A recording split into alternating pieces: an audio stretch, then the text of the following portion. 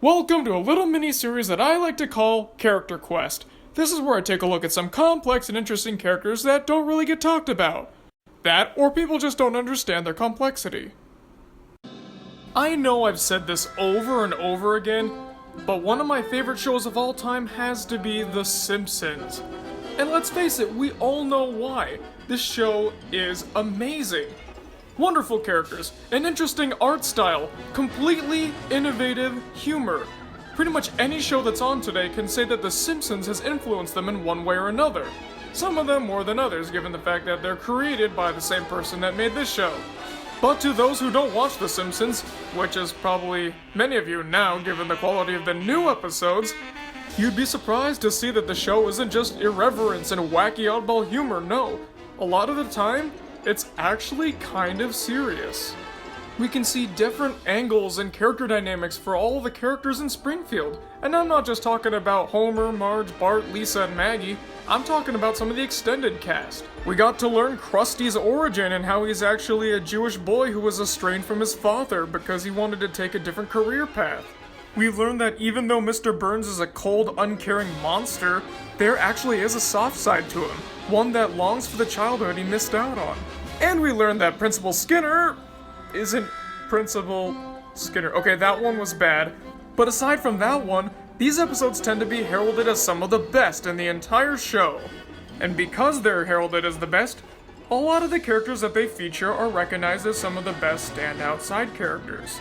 But not always, no. There's one character in this show that even though they have been the star of several of these episodes, and we have seen time and time again that there is a deeper layer to them, they just get ignored. Who am I talking about? Selma Bouvier. Selma Bouvier is the older sister of Marge Simpson, often seen with her twin sister Patty. These two grouchy curmudgeons often smoke, make trouble at the DMV, and make Homer's life absolutely miserable when they come to visit. When the two of them are together, they seem like a hive mind, but when they're apart, we see that Selma has a different side to her. When she's not with Patty, Selma shows that she's not actually a bitter grump who hates everything in the world. No, she's something far different. She's sad, she's lonely, she feels unloved. No matter what, people hate her and there's nothing she can do about it. She's got to find somebody, anybody who can make her feel good about herself and love her the way she always wanted to be loved. Sounds like an interesting angle, right? But does anybody talk about Miss Bouvier? No. So, let's make this right. This is the tragedy of Selma Bouvier. The first example we see of Selma being like this is in the episode Principal Charming, which, on a side note, I feel is one of the most underrated episodes in the entire run of The Simpsons. Possibly getting overshadowed because it's in the very bizarre second season, but more on that another day. For the first time, Selma opens up about how she's truly feeling.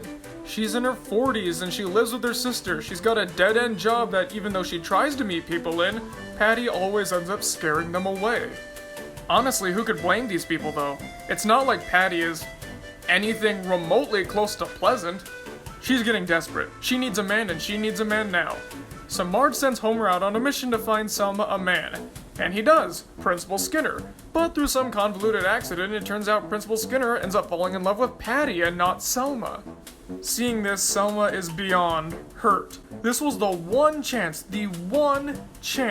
she had at finally finding somebody, but instead, the person that always wanted to be alone gets thrusted into this romantic scene, while the one who wants the romantic scene gets thrusted back to the sidelines. So whenever Patty goes out with Principal Skinner, she constantly demands the information to make it seem like she was there, to make it feel like she has some sort of involvement, but she just can't get enough from that. But then she hits rock bottom. She feels like she has no other choice but to go with one of the bottom of the barrel undesirable men in Springfield, Barney Gumble. She'd rather be with one of the most incompetent and most debilitated people in Springfield just so she could have someone to be with. She needs somebody to give her that kind of affirmation, even if it's someone terrible like this. Even if Barney's unsuitable, it beats dying alone. In the end, she does get saved from having to go out with Barney, and she and her sister end up making up. But that's not the only time we see a deeper side to Selma. No, there's more. I'll briefly touch on Black Widower, mostly because Sideshow Bob's my favorite character and it's his second episode. It's briefly brought up once again that she wants to have somebody, so she gets desperate again and goes to a prison pen pal program for it. Thus, she meets Sideshow Bob. The two hit it off and it looks like they're actually gonna get together and be happy, but it turns out it's all a scam. Selma just has the worst luck, doesn't she?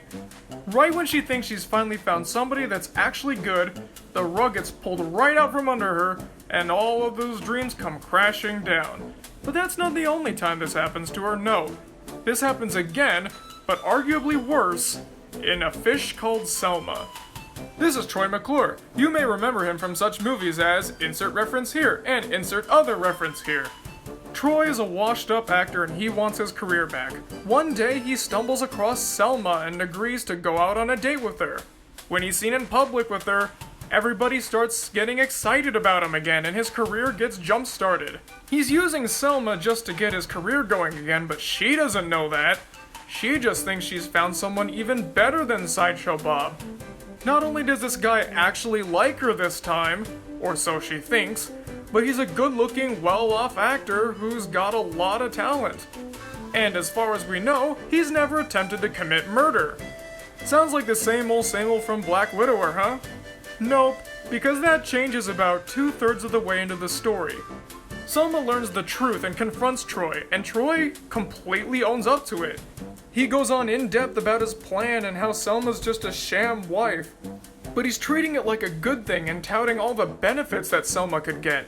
And once again, because she does not want to be alone, she takes it. She takes the bait, hook, line, and sinker. She's willing to struggle through yet another loveless engagement just because she needs to be with somebody. Even if they don't actually care about her, she can at least pretend that they care about her and make it look to everyone else that she has someone that thinks she's important and beautiful and smart and all the other things she wants people to think of her. But she just can't win. She just can't win. Every single time she finds somebody and it looks like it could work out, it either turns out to be a sham or it turns out to be a sham that involves murder. And then there's Selma's choice. This one is a little bit different in that she wants a child rather than a man. Granted, I think most of us are aware that it takes a man and a woman to create a child, and that's part of Selma's quest here. But the end goal is not to find a husband, it's more to find a baby. I would delve a bit more into this one, but it kinda covers the same area of the other ones I've already talked about. This sense of desperation and longing is never able to leave her. Honestly, I think it's because of Patty. Patty has always been a part of Selma's life. Obviously, they're twins, right? So it's only natural. But that's the problem. As we have seen here, Patty is not the greatest person.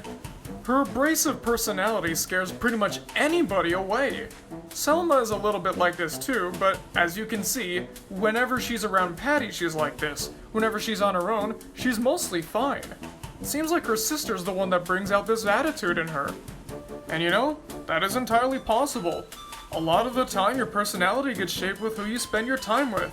And when you seem to only spend time with your sisters, you tend to be like them, especially when you hang out with one more than the other. But because she has a special bond with her sister, Selma can't break away. Whether she likes it or not, she can't really get anybody because she's stuck with Patty. She's already made that commitment, and it's too late to go back now. And that in there lies the tragedy. No matter what she tries to do, she cannot win. She's stuck. Selma constantly has to fight in a losing battle that she never has any idea has no chance of success for her. But do you want to know the most tragic part about Selma? Let me tell you, I haven't talked about it yet. As you can see here, Selma's a lot more of a dynamic character than we give her credit for. But unlike some of the other characters I've discussed in this series, I know the exact reason why she doesn't get the credit she deserves. That's because of new Simpsons. We can harp on the new seasons all we want. Personally, I don't see some of them as bad as other people do. For me, my cutoff is season 15, but again, that's another tangent for another day. But aside from Seymour Skinner and Edna Krabappel, Selma gets some of the worst treatment in these seasons. You know those episodes like A Fish Called Selma, Black Widower, Selma's Choice, Principal Charming? Remember how those ones look at Selma as a tragic character who can just never get a break in life? Well, the new seasons do that too, but treat her as a joke. Now Selma getting married to the random weirdo of the week is just another gag. It's now just one of those joke plots like Homer quits his job and becomes insert wacky thing here. There's no difference anymore. We get episodes where we explore her character when she marries her childhood crush or someone who she thinks has actually made a reform, and we get ones where she marries Fat Tony for reasons. Or one where she marries Grandpa. I don't like that one either. It's just uncomfortable. And with the exception of the episode Goo Goo Gai Pan, we never see the side of her again. She's always with Patty and always her other half. They're always snarking at people and taunting Homer and making fun of the world around them. We don't see this side of her anymore except when it's treated like a joke. And honestly, I think she deserves far, far better. It's just not fair. They were doing so well with her character and hey, you know, maybe if they stayed the course she could have actually gotten that happy ending. She could have gotten away from Patty and found someone who actually would have been able to put up with some of her more iffy qualities and finally gotten to be the person she always wanted to be. A nice, happy person with a loving family and a prosperous future. But thanks to the televised horcrux that is The Simpsons, I don't think she's ever really gonna get that ending she wants. And I don't think we're ever gonna see anything else good come for Selma Bouvier. So folks, that was the video. Did you guys know this about Selma? What do you guys think of her? Do you think she should get away from Patty? Who's your favorite Simpsons character? Comment below and let me know because I'm always excited to hear what you guys have to say. Alright everybody, thank you very much for watching, and I'll see you guys next time.